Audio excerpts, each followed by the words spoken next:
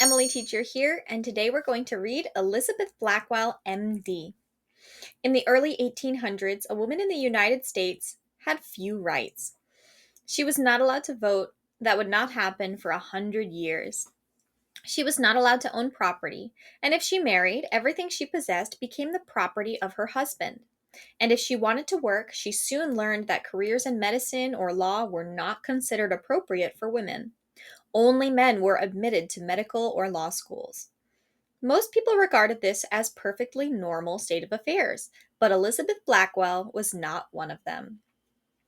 So in the early 1800s, life was very different for women than it was for men. Right? Women could not vote. They were not allowed to take part in elections. They could not own property. If they were married, everything they had belonged to their husband. And if she wanted to work, she could not work in medicine or in law. Those were considered only men's jobs. But there was a woman, Elizabeth Blackwell, who did not see this as normal or okay. So let's read about what she did. Born in England in 1821, Blackwell came to America as a young girl with her parents. Later, when she expressed a desire to become a doctor, her parents and friends told her to put aside such fanciful ideas because it would be futile for her to try and get into medical school. But Blackwell was resolute in her determination. She studied medicine privately and began applying to medical schools. Despite one rejection after another, she persevered. So, after she came to America and started to grow, she wanted to be a doctor, but everyone thought that was a crazy idea because she would not be able to get into any medical schools. But still, she studied privately and really wanted to go to medical school. So let's see what happened. One of the places to which she applied was the Geneva Medical School in Western New York, now a part of Syracuse University. The professors there were just as prejudiced as those at other medical schools and were quite ready to reject her application. However, in the belief that a majority would be against Blackwell's admission, they decided to let the students vote. Just to be sure, they ruled that a single no would exclude her. To the professor's surprise, the students unanimously voted yes. Blackwell later found out that they had done it as a joke. That had no effect on the result, however, and the professors grudgingly accepted her as a student.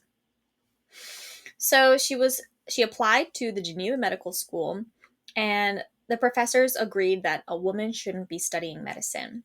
So they still decided to put it to a vote, have the students all vote if a woman should be allowed, because they thought that no one would vote yes, right? And they said even if one person voted no, she would not be allowed. But all the students voted yes. It turns out they did it to be funny. They thought it was a joke, but it still led to Blackwell being accepted and allowed to study medicine there. In 1847, Elizabeth Blackwell became the first woman in America to be admitted to medical school. Life in the classroom, however, was uncomfortable for her at first. Some students found it amusing to throw paper darts at her, touch her hair, and make offensive remarks about her in her presence. Blackwell responded to the sneers and bullying with a dignified silence, and the unruly behavior soon ended to the relief of the more serious students. Blackwell worked hard, earned the respect of the faculty, and received high marks in all her courses. She graduated at the top of her class on January 23rd, 1849. So even though it was uncomfortable for her, she was bullied and bothered by a lot of the students there, she stayed calm and she did her work very well. She was even at the top of her class when she graduated. Not only had Blackwell become a doctor of medicine with the right to put the abbreviation MD after her name, she had also entered the history books as the first woman in the United States to do so. Her young sister Emily followed in Elizabeth's footsteps, and she also became a doctor. Together, they established the New York Infirmary for Women and Children. During the Civil War, Blackwell trained nurses to tend the wounded. Most of all, her courage in challenging tradition inspired other women to open up the medical profession to them. By the end of the century, over 7,000 women were practicing medicine in the United States. So, even though it was really hard for Elizabeth Blackwell, she went through everything, she did well, and she got that MD next to her name. MD being an abbreviation. So just like the New York Infirmary for Women and Children that her and her sister later opened, an abbreviation for that might be NYIWC. Just a short term for it. And through all this, Blackwell inspired many other women to go into medicine. She really opened up the field to the women of that time.